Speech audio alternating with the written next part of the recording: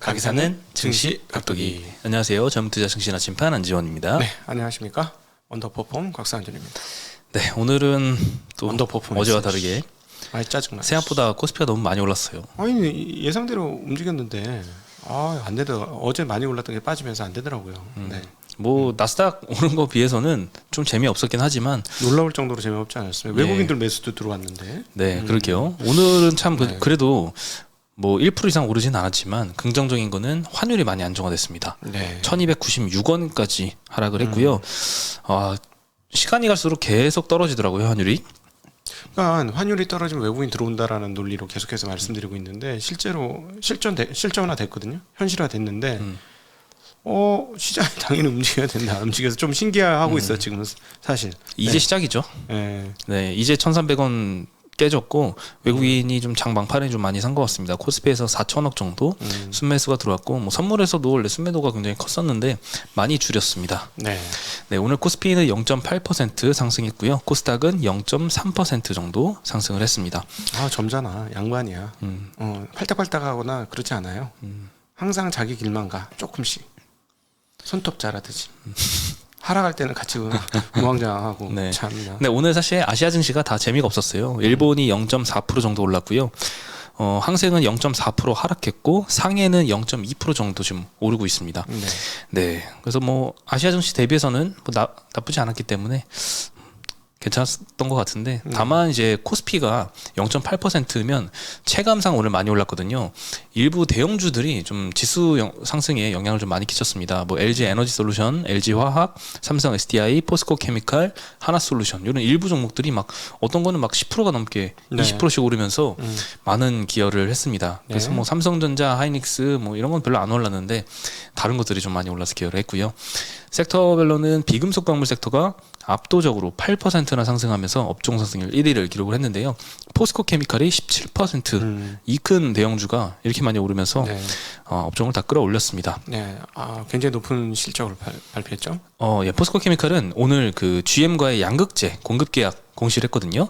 예, 요게 가장 큰 영향을 미쳤는데 한 9시 20분 정도에 아침에 요 공시 때리자마자 쫙 2차전지 섹터가 다 같이 끌어올리더라고요. 네. 계약 기간은 23년도부터 25년까지 해서 3년간이고요.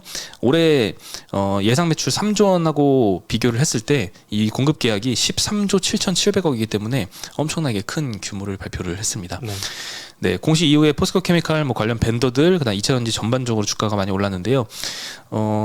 뭐 LG엔솔은 오늘 5.6% 상승했고 뭐 컨퍼런스콜에서 매출 목표 상향하고 뭐 증권사 리포트에서 실적 전망치를 좀 많이 올린 영향도 있었습니다. 네. 이제 뭐 오버행 이슈는 뭐 끝난 걸로 봐야 되나요? 또 있잖아요. 1년짜리도 또 있잖아요.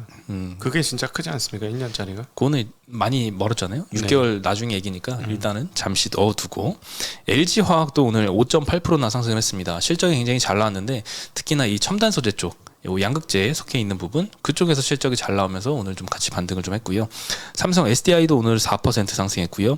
원준 4.6%, KG 케미칼도 자회사가요 벤더입니다. 그래서 15%대 급등을 했는데 오늘 반대로 SK I 테크놀로지는 주가가 요즘 별로 안 좋거든요. 네. 근데 계속 좋지 않은 소식들이 많이 들리고 있습니다. 오늘 유진투자증권에서 리포트가 나왔는데 하반기에 턴어라운드가 지연될 것으로 예상을 하면서 목표가를 무려 46%나 하향을 시켰습니다.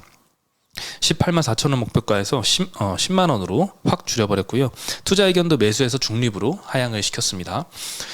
중국 업체들이 지금 공격적으로 증설하면서 판가를 많이 인하하는 상황이고 그래서 영업이익 흑자 전환은 내년도에나 가능할 것이다 라고 전망을 하고 있어서 오늘 SKI 테크놀로지는 2.7% 추가로 하락을 했습니다. 네. 그리고 뭐 폐배터리 뭐 관련해서 코스모 화학이 좀 많이 올랐었는데 요즘에는 계속 조정을 받고 있고요. 어제에 이어서 오늘도 6.4% 하락해서 마감을 했습니다. 네.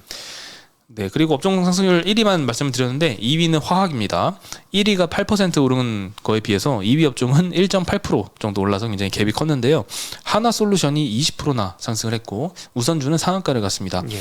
뭐 KG 케미칼도 15% 올랐고 LG 화학도 여기에 속해 있습니다. 6% 상승, OCI 5% 상승, SKC, 코스모 신소재, 후성, 뭐 2차전지 섹터도 3%대 많이 상승을 했습니다. 하나솔루션 같은 경우에는 어닝 서프라이즈가 나왔는데요. 2분기 매출이 컨센이 3.1조 원인데 3.4조 원 발표했고요. 영업이익이 컨센이 1,600억인데 2,800억 가까이 발표를 했습니다. 컨센 대비해서 무려 한 70% 가까이 높게 나왔고요. 컨콜에서 밝히기로는 이제 주요 실적이 태양광에서 예상치 못한 흑자 전환을 했기 때문이다라고 네. 하는데 사실 이 흑자 전환 예측한 사람이 아마 거의 없을 정도로 쇼킹했습니다. 네. 네, 시장에서 보는 이제 중국 가격하고 다르게 주요 판매처인 미국과 유럽 지역에서 전기료가 상승한 게 태양광 판가 상승으로 이어졌다라고 언급을 했고요. 지금 뭐 그 태양광 뭐 설치하겠다고 계속 얘기가 계속 뜨지 않습니까? 오늘 네. 새벽에도 대규모 신재생 법안 합의를 했어요. 네. 누구지? 조멘친. 조멘치하고 이렇게 이것도 큰 호재가 되지 않았을까 싶긴 합니다. 네, 그래서 오늘 풍력 관련주들도 좋더라고요. 네네. 네, 이어서 말씀드리면 이제 하나솔루션 이제 실적 발표 후에 컨콜에서 또 연간 판매량 가이던스를 8.2기가와트에서 8.5기가와트로 상향을 했고요. 네. 또 삼성증권에서 코멘트하기로는 3분기에도 설치 수요가 굉장히 강세이기 때문에 수익성 개선이 지속될 것이다라고 전망을 하고 있습니다. 그리고 최근에 이제 폴리실리콘 가격 그 안정화하기 위해서 중국 정부가 개입한다는 소식이 있었잖아요. 그래서 네. OCI가 하루에 주가가 좀 많이 급락을 했었는데 폴리실리콘 가격이 그때 당일에도 떨어지지 않고 있다라고 말씀드렸지만 네네. 아직까지도 떨어지지 않고 있더라고요. 네. 확인해 보니까. 그래서 OCI가 그때 떨어졌던 하락폭을 대부분 다 반등은 했습니다. 사실은 근데 OCI하고 하나솔루션은 입장이 다른 입장이죠. 그렇죠. 예. 하나솔루션은 이제 이 폴리실리콘 가격이 떨어지면 좋을 텐데, 예. 네. 근데 뭐 안 떨어졌잖아요, 폴리실리콘이. 네. 그래서 뭐지 했는데 갑자기 어닝 서프라이즈가 이렇게 나왔어요. 미국에서 하나큐셀이 장사를 열심히 잘하고 있는 것 같아요. 하나큐셀이 사실은 저 태양광 발전도 해주고 막 그러거든요. 자기네가 이제 하는데 어찌되었거나 지금 미국에서 저렇게 신재생 하는데 중국 거 갖다 쓰기는 좀 애매하잖아. 네. 그러면은 하나솔루션이 상대적으로 앞으로 좋아질 것이다라고 생각을 했는데 벌써부터 이익이 흑자가 났으니까 앞으로 장기적으로도 뭐 크게 나쁘진 않지 않겠느냐. 그리고 주가 또 좀 많이 빠졌어. 최근에 작년 고점에서 굉장히 많이 빠졌죠. 네. 네. 근데 참 태양광은 무서운 섹터인 것 같아요. 음. 건드리기 쉽지 않은 섹터인 것 같습니다. 오를 때는 확 오르고 떨어질 때 또 무섭게 근데 토막이 나버려가지고. 지금 올해 다 이게 다 에너지 관련된 거잖아. 네. 그 정유도 그렇고 그 석유도 그렇고 폴리실리콘이 태양광도 그렇고 전부 에너지 관련주들이 그냥 가격이 왔다리 갔다리. 네. 참 투자하기 어려운 것 같아요. 왜냐하면 뭐 예를 들면 지금 유가가 WTI 기준으로 98불 왔다 갔다 하잖아요. 네.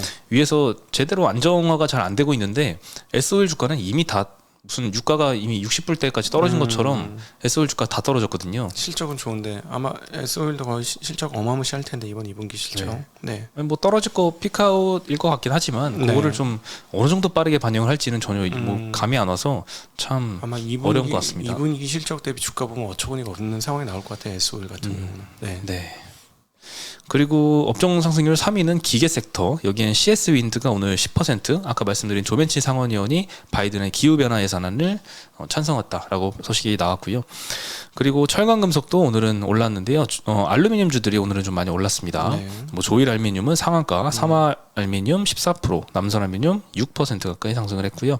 전기전자 섹터가 그 다음이었는데요. 현대 에너지 솔루션 14% 상승, 뭐 하나 솔루션이 올라간 것과 같은 이유죠. 네. 뭐 그리고 LG 엔솔 5.6%, 현대 일렉트릭 5%, 두산 퓨얼셀, 삼성 SDI 4%대씩 상승을 해서 마감을 했습니다.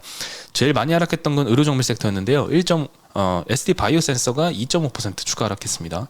여기는 뭐 확진자가 늘어나건 말건 그냥 계속 조정을 받고 있습니다. 네. 그리고 건설주가 두 번째로 업종 하락률 기록을 했는데요. 대우건설이 오늘 어닝 쇼크 나오면서 5.8% 하락한 영향이 있었습니다. 네. 대우건설 실적 말씀드리면 2분기 매출액이 컨센 2.4조 원 대비해서 조금 못 미친 2.2조 원으로 발표를 했고요. 영업이익은 많이 미달했습니다. 컨센이 1,800억이었는데 그냥 860억 정도 발표를 해서 1,000억 정도 모자라게 발표를 했습니다. 영업이익이 전년 대비해서는 55% 감소를 한 영향인데요. 대부분 건설주하고 마찬가지로 2분기 실적이 이렇게 안 좋았던 건 원자재 가격이 급등한 영향이 가장 컸습니다. 전년 동기의 일회성 이익에 따라서 역기저 효과 영향도 분명히 존재는 하고요.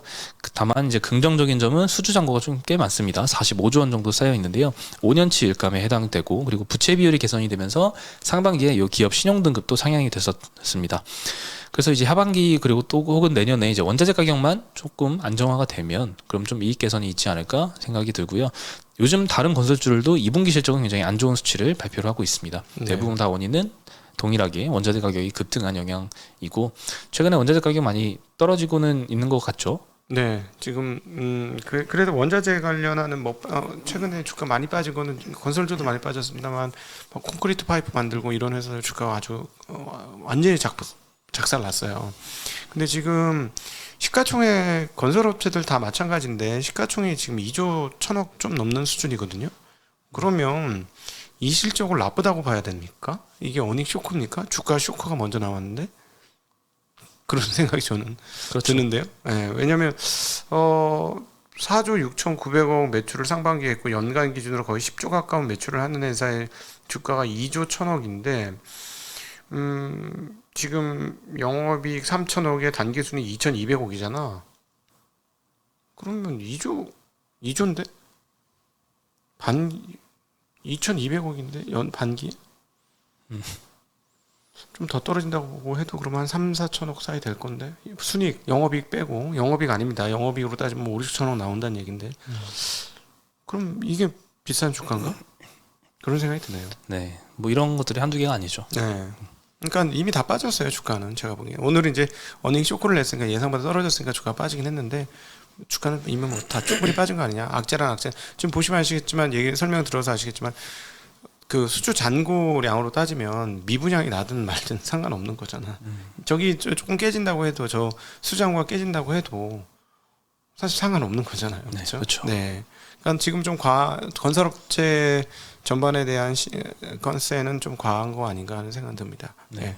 뭐 밸류에이션 말이 안 되는 밸류에이션까지 내려오긴 했죠. 네. 네, 그리고 사실 요거 좀 늦게 말씀드리기 시작하는데 FOMC가 어제 예상대로 75bp 인상을 했고요. 근데 오늘 이제 환율이 많이 안정화됐습니다. 한미 금리가 지금 기준금리는 역전이 됐잖아요. 네. 그래서 뭐 여기저기서 아직은 근데 우려는 안 하더라고요. 금리 역전만 가지고 뭐 외국인 자금 빠져나갈 것이다. 이런 얘기가 2017년도, 18년도인가요? 그때 역전됐을 때는 좀 많이 언론에 나왔는데 이제는 경험이 있어서 그런가? 요 정도 역전 가지고는 끄떡없다라고 생각을 다들 하는 것 같습니다. 오히려 예전에도 이런 때쯤에 외국인들의 채권 매수가 시작이 되기도 했어요. 외국인들이 1,300원대에서 미국의 채권 금리 인상 폭이 마무리가 보이는 상황이면 한국 금리 상황을 봐서 채권 매수할 수 있죠. 한국도 되게 안정적인 나라니까 걔네들 입장에서 보면. 그래서 오히려 외국인들의 자금이 들어올 수도 있습니다. 네. 네, 그리고 오늘 사실 중요하게 생각이 들었던 건 금감원에서 새로운 환율 안정 대책을 발표를 했습니다. 오늘 열린 금융시장 리스크 점검 회의라는 걸 했었는데요. 보험사들이 보유한 외화 채권 있잖아요. 네. 이 보험금 받은 걸로 운용을 해야 되니까 그거를 은행이 차입을 합니다. 그리고 이 채권들을 담보로 해서 해외 시장에서 외화를 조달하는 방법인데요. 이 경우에는 이제 보험사 같은 경우에는 국채를 대여하고 대여 수수료를 받겠죠. 은행도 조달한 외화를 높은 금리로 다시 대여하면서 은행이나 보험사나 둘 다 윈윈이다. 게다가 외화까지 조달을 하면서 외환 시장 안정화에도 기여를 할 수 있다. 이런 기존에 없었던 새로운 대책을 좀 도입을 했는데 안정화에 좀 도움이 많이 되지 않을까 생각이 드는 게 규모가 꽤 됩니다. 국내 주요 금융사들이 보유한 미국채와 국제기구 채권 총 규모가 한 340억 달러 정도 되는데요. 작년도에 국내 은행이 발행한 외화 채권과 외화 차입 자금의 한 1.3배 정도 되는 수준이라고 합니다. 네. 그래서 규모가 적지 않기 때문에 환율 안정에 굉장히 도움이 되지 않을까 하는 좋은 아이디어였다라고 생각이 듭니다. 네네. 네, 그래서 환율이 이제 1,300원이 이제 막 깨졌는데 다시 또 막 1,300원 돌파하고 막 여기저기서 또 그런 얘기 들리잖아요. 환율이 뭐 1,400원, 1,500원도 뚫을 거다. 그 상황까지 갈까는 잘 모르겠습니다. 아니 그 지난번에 우리 그 강영국 작가 나와서 얘기했는데 그거 재밌더만. 그 컨트로 돌리니까 1,300원 이상에서 투자했을 때 확률 우리는 항상 이제 PBR 얘기는 했었죠. 0.9배 이하는 거의 확신을 가지고 매수해도 되는 시점이다. 과거 역사를 보면. 근데 컨트가 이제 그런 걸 구분해 주는 게 아주 용이하더만요. 그래서 1,300원 이상에서의 자리는 그다지 한국 물 사기가 나쁜 자리는 아닐 수 있다. 충분히. 게다가 그거를 그러면 따져보면 무슨 말이냐면 달러 환산 주가는 정말 많이 빠진 거니까 외국인들이 한번 들어오면 되는데 자 이제부터 미국의 금리가 더 이상 더 높게 인상되기 굉장히 어려워졌으니 벌써 달러가 조금 약세되는 반응을 보여줬잖아요. 네. 물론 하루 너무 크게 했으니까 다시 반등하고 그럴 수 있는데 만약에 9월 달까지 50bp 인상하고 나면 추가로 금리를 올릴 수 있는 여지가 별로 없어요. 미국이. 그럴 때 달러가 강세가 될 수 있겠느냐는 거예요. 저는 그래서 9월달 기점으로 보는데 그렇게 되면 달러가 약세가 될 것이고 달러가 약세가 되면 달러를 들고 있는 사람들이 어떤 포지션을 취할 것이냐, 한국물이 어떻게 보일 것이냐 그때 되면 그것도 지금 고민하셔야 되는 대목 아닌가 싶습니다. 네, 마지막으로 오늘 실적 오늘 사실 요즘에 좀 실적 발표가 굉장히 많잖아요. 그래서 실적 어닝 서프라이즈 나오면 그래도 좀 많이 급등하고 반대로 쇼크가 나오면 떨어지고 이런 움직임 많이 보이는데 오늘 어닝 쇼크 나왔던 종목이 아모레퍼시픽이었습니다. 네. 주가가 10% 정도 하락을 했는데 와 저도 깜짝 놀랐습니다. 일단 매출액은 컨센하고 비슷합니다. 컨센 1조 원 정도였는데 9,450억 원 발표를 했고요. 다만 영업이익이 컨센서스가 500억 원 영업이익이었는데 마이너스 195억 원을 발표를 했습니다. 적자 전환을 했고요. 3개월 전만 해도 2분기 영업이익 전망치가 1,000억 정도였습니다. 근데 3개월 만에 컨센이 반토막 나더니 오히려 적자 전환을 이렇게 해버린 건데요. 상하이 락다운 영향이 일단 좀 컸고요. 중국 현지 사업과 면세점 사업 부진도 좀 영향을 크게 끼쳤습니다. 실제로 이 부문별로 보면은 해외 법인 매출이 3분의 1 정도 감소를 했습니다. 33% 정도 크게 감소를 했고요. 러시아 분들 한국 화장품 많이 쓰셨던 것 같더라고요. 러시아 분들이요? 네. 그쪽 매출 감소도 상당하다는 이야기가 나오더라고요. 네. 6월부터 이제 중국 봉쇄가 좀 해제가 됐죠. 그리고 소비가 정상화되고는 있지만 그 6.18 징둥에서 하는 쇼핑 축제 있잖아요. 참 예전의 쇼핑 축제하고 비교해 봤을 때 한국 화장품 회사들의 위상이 좀 많이 떨어졌던 것 같습니다. 한국 화장품이 판매 순위 10위에도 못 들면서 경쟁력을 좀 많이 잃어가고 있는 상황이 보여서 예전과 같은 높은 멀티플을 받을 수 있을지는 참 의문이 들긴 합니다. 결국 계속 예전부터 얘기를 했습니다만 브랜드예요. 사실은 결국 브랜드를 만드느냐 여부. 우리 뭐 HTS랜다. 어디지? 우리 방탄소년단처럼 BTS요? 예. 브랜드를 만드는지 여부가 BTS가 생각이 안 나셨어요? 예. 브랜드를 만드는지가 굉장히 중요한 건데 왜냐하면 지금 중국 제품 뭐 무슨 어디지? 상하이 무슨 어쩌고저쩌고 있잖아요. 유명한 회사들. 그거 다 한국이 만들어주는 거잖아요. 한국 ODM이거든. 그러니까 품질로 따지면 안 되는 거예요. 이건 품질 경쟁력이 아니죠. 화장품은 브랜드 경쟁력이죠. 브랜드를 근데 그러려면 세일하고 이러면 안 되는 거잖아요. 근데 당장의 매출이 바쁘면 세일하잖아요. 브랜드 가치를 유지하기 위해서는 정말 털어낼 게 많은 건데 과연 거기서 어떤 결과를 만들었었는가를 돌아보게 돼요. 네, 그래서 뭐 사실은 명품 브랜드가 조금 질긴 거 외에 명품 브랜드가 뭐 특별히 다른 게 있습니까? 명품 브랜드요? 뭐 브랜드 가치죠.